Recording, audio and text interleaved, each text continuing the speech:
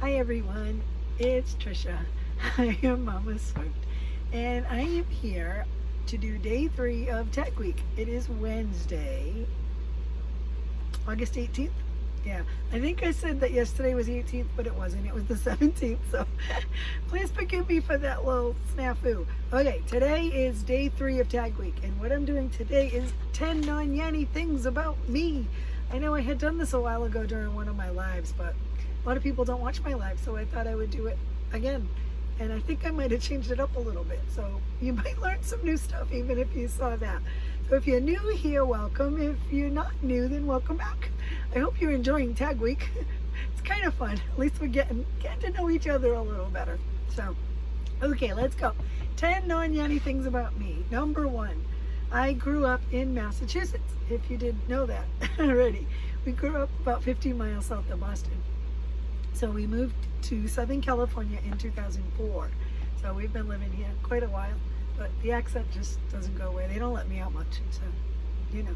So I'm a huge Red Sox fan, Bruins fan, Celtics fan, Patriots fan, all the New England sports. Yeah, it's in the blood. It never goes away. So, yeah. Number 2, I am the youngest of 3. I have twin brothers who were a year ahead of me in school. They're like 20 months older than me, but yeah. And they were perfect in every way, and I wasn't. So all through grammar school, I would hear, we went to Catholic school for 12 years. All through Catholic grammar school, Catholic high school, all through grammar school, all I heard, why aren't you like your brothers? Why aren't you like it? Because I'm not my brothers, I'm me. But whatever. So yeah, high school wasn't as bad, but grammar school was a little rough. I have 3 children. I have a son who is 36, a daughter who is 32, and a son who is 30. I have 2 granddaughters. Abigail is 5, and Quinn is almost 7 months old. And that's my granddaughter that I watch during the week for my daughter to be able to work from home, and my son-in-law both work from home. So I'm there with Quinn. It's so much fun. I love every minute of it. Okay, number 4. I don't know if you know this about me, but I do make soap. I make candles. I love to do other crafts other than Yanny things. So yeah, those are fun. I like doing stuff like that. Number 5, I love to cook, especially for a crowd. So I don't know if you saw my live on Saturday, you know that I'm going to be the cook when we go to Florida for our vacation in October on the night that Auntie Sandy from Left is Right Crochet is doing the Mystery Dinner Theater. She wrote up a whole script and we're all playing different parts. So I'm the cook and I'm going to love every minute of it because I do love to cook for a crowd. I don't get to do it very often anymore, but I really do enjoy it. Number 6, I coached youth basketball for 12 years. Yeah, I played for 7 all through, 6 middle school and high school. And then when my oldest was, I believe, 8, 9, somewhere in there, I started coaching. And I was an assistant coach for the first year, and then I took over his team, and then I just kept going. And I coached 8-year-olds up to 16-year-old boys, and it was great. I miss it. I loved every minute of it. It was so much fun. Parents could be a little challenging at times, but I had a great time with the kids. So yeah, it was fun. Even when we moved out to California, my youngest son was going into 8th grade, and he went to private school. He went to Catholic school for 8th grade, and we did. They had to do volunteer hours, so they had no basketball coach. So yeah, I did it. It was great because a lot of these kids in San Diego didn't ever play basketball. They didn't even know how to dribble, how to shoot, how to do. A lot of the kids played soccer here. So it was great. It was a lot of fun to watch them develop from not knowing what to do to be able to actually play in games and hold their own, so that was, it was rewarding for me. I really enjoyed that. Okay, number 7.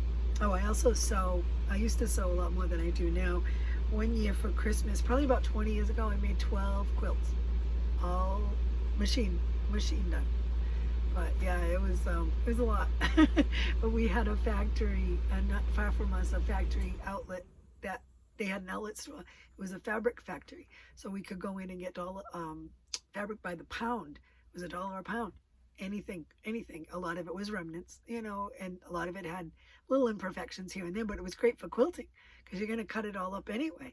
So yeah, I did that. That was a challenge, but everybody, all the family members, everybody got quilts for Christmas that year, so they really enjoyed that. That was nice. It was a big accomplishment for me. So yeah. And speaking of Christmas that year, number 8 brings me to number 8. I love Christmas movies. I love Christmas music. I'll listen to it all year long. When I'm trying to get Quinn to sleep, I sit and rock her and I sing Christmas songs to her. I just love it. I love every part of it. It's so much fun. So yeah, that's something about me. Number 9, my first job was in a chronic care facility. And I worked in the kitchen. I started at 15 years old. And then by the time I was 17, I was cooking night shift, weekends. Yeah, I was in charge of the kitchen.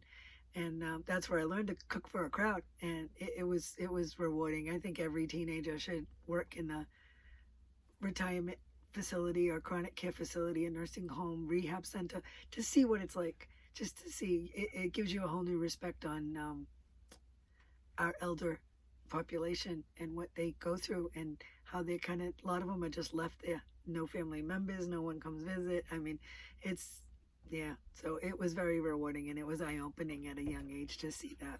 Yeah. Okay, number 10. Number 10, I think a lot of people already know about me. I love notebooks.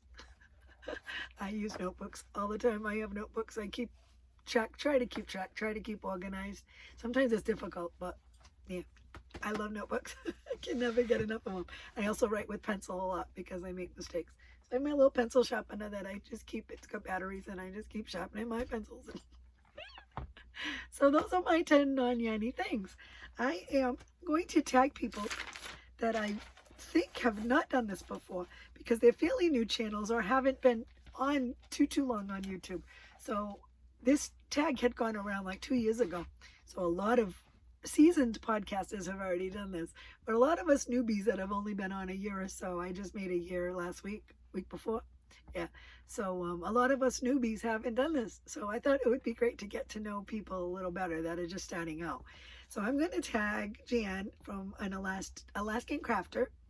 I'm going to tag Miguel from Who Knows. And I'm going to tag Julie Chaffee-Mazza. So tag all 3 of you. Please do it. We'd like to get to know you better. And I think it would be fun to keep this going with all the newer podcasters. So anyway, hat not hate, blue hat, curly cues. It's just a simple rectangle one that I sewed the seam up the back and I put curly cues on the top. So don't forget hat not hate and the campaign. They need the hats by postmarked by September 19th. But anything that comes in after that, I was told that would be fine because they would put them towards next year.